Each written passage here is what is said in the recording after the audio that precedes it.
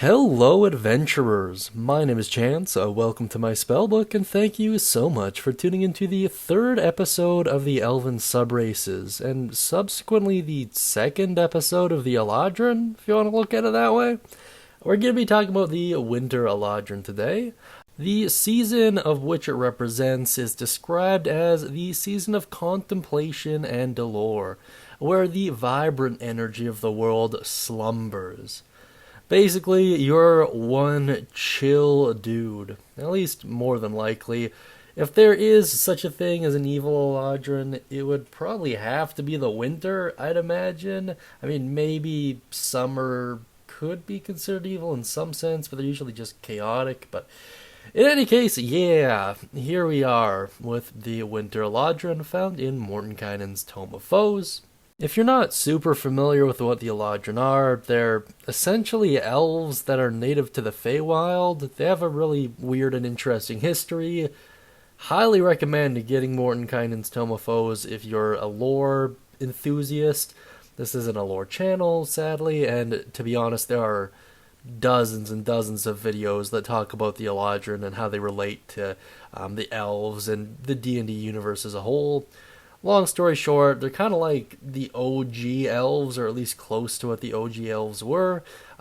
They were, when the elves were first created, they were created as like formless, free spirits, and then they were tricked into taking form. A lot of really cool history behind them, and 5e claims to have the canonized version of their history, but so has like every other edition in the past, so it's something you have to take with a grain of salt. In any case, before we dive into its mechanics, just want to say, please, for the love of all that is holy, check out the playlist. Otherwise, this is not going to be too much help to you. You need to watch the elf main video at the very, very least to know everything you get, just because this only covers the sub-race. It doesn't cover the race in its entirety. So just bear that in mind. Click on that little eye icon up top and then select either the elf playlist or the race playlist as a whole, just based on whatever your needs are. And at the rate I'm uploading these, you're not going to get notified of all of them. Just the way the platform works, I technically count as spam, so yeah, it sucks, but it is what it is. Yeah, so just watch the playlist, to make a long story short. Now let's dive into the mechanics for the Winter Eladrin. So like all of your Eladrin counterparts, you're going to be getting a +1 to Charisma, and you gain access to Phase Step as well. As a bonus action, you can magically teleport up to 30 feet to an unoccupied space you can see. Once you use this trait, you can't use it again until you finish a short or long rest.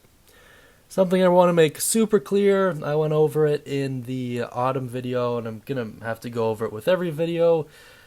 This is not a magical spell. It's a redressed Misty Step, but at its core, this is a race-based ability. It's not a spell. So things like Counterspell, or even Dispel Magic, don't really work on it. There are some layer actions that would work on it, but you're likely not going to run into those creatures for quite some time, and when they do come up, it's kind of meant to be a surprise that they can do it, so yeah, don't worry too much about it. However, Misty Step, if you're not familiar, is an incredibly useful spell. Almost every caster with access to it takes it, especially because, you can use your main action to do a damaging cantrip, and then you Misty Step away, or vice versa, right? And since it's a location you can see within range, it's not limited by elevation, so as long as it's within 30 feet, you can get onto roofs or vantage points you wouldn't ordinarily be able to get to. It's just super useful, and since this particular ability resets on a short rest, doesn't require any components, it's really, really good. So if you're looking at these mechanics and you're like, well, it doesn't get that much, so I'm not going to pick it, I get that, and that's a fairly common statement about the Eladrin subrace as a whole. However, I gotta say, this is one of the strongest racial abilities you'll get access to, and it scales really well. the autumn especially. Winter is kind of hit or miss. Depends on how you role play. But yeah, what do I mean by that? You may ask. Well, each Eladrin gets a customized version of Phase Step. So let's move on and check out the winter version of Phase Step down beneath here. As with all of the phase steps that require you to make a saving throw or require someone to make a saving throw, the DC is 8 plus your proficiency bonus plus your charisma modifier. Really good stuff. What this really boils down to is that it scales with level, which is super great, and it's something a lot of racial features and even a handful of class features overlook. And what that really translates to is this is viable at every level of play, and it's consistently viable. If anything, it becomes more viable if you're a charisma-based class, and if you are a charisma-based class like a warlock, sorcerer, bard, or paladin to a lesser extent, you're going to see a ton of usefulness out of this. Straight up, just a ton of usefulness. What is the feature in particular? Well, when you use your phase step, one creature of your choice that you can see within 5 feet of you before you teleport must succeed on a wisdom saving throw or be frightened of you until the end of your next turn. How useful is this really? Not super useful, sadly. At least not as far as I can tell. The biggest downside is this is before you teleport. So what that means is, before you teleport away and realistically, you're going to be moving more than 5 feet away from them, at least presumably, because 5e doesn't have any backstabbing mechanics, so presumably you're running away from them. And you're moving more than 5 feet away, so attacks of opportunity aren't really a thing.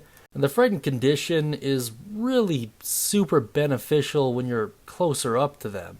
So if you're unfamiliar, when a creature's frightened, they have disadvantage on ability checks and attack rolls while the source of its fear is within line of sight, and the creature can't willingly move closer to the source of its fear. So the biggest bone of contention a lot of people have with the frightened condition is that it doesn't apply to saves, right? It strictly applies to ability checks and attack rolls. Saves are a super big deal, and if the frightened condition did apply to saves, then I'd be able to say something like, well, using the Winter Eladrin's phase step, you can further cement the usefulness of upcasting certain spells, Fireball, of course, being a notable example. However, because the frightened condition has nothing to do with saves, that's not really the case. The only really beneficial way to use this would be to use it to put some distance between your party and a massive threat.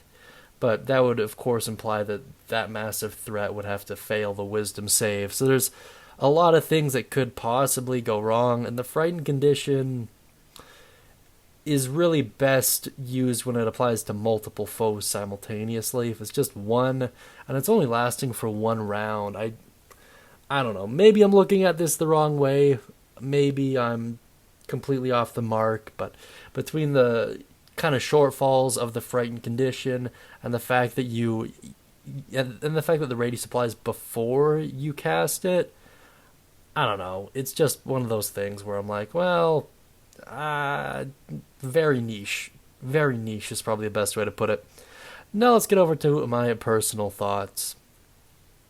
As big of a fan of the Eladrin as I am, I don't know. I am biased. And I know what the metas are, and it's really hard for me to defend a couple of them. The winter is one of them, sadly.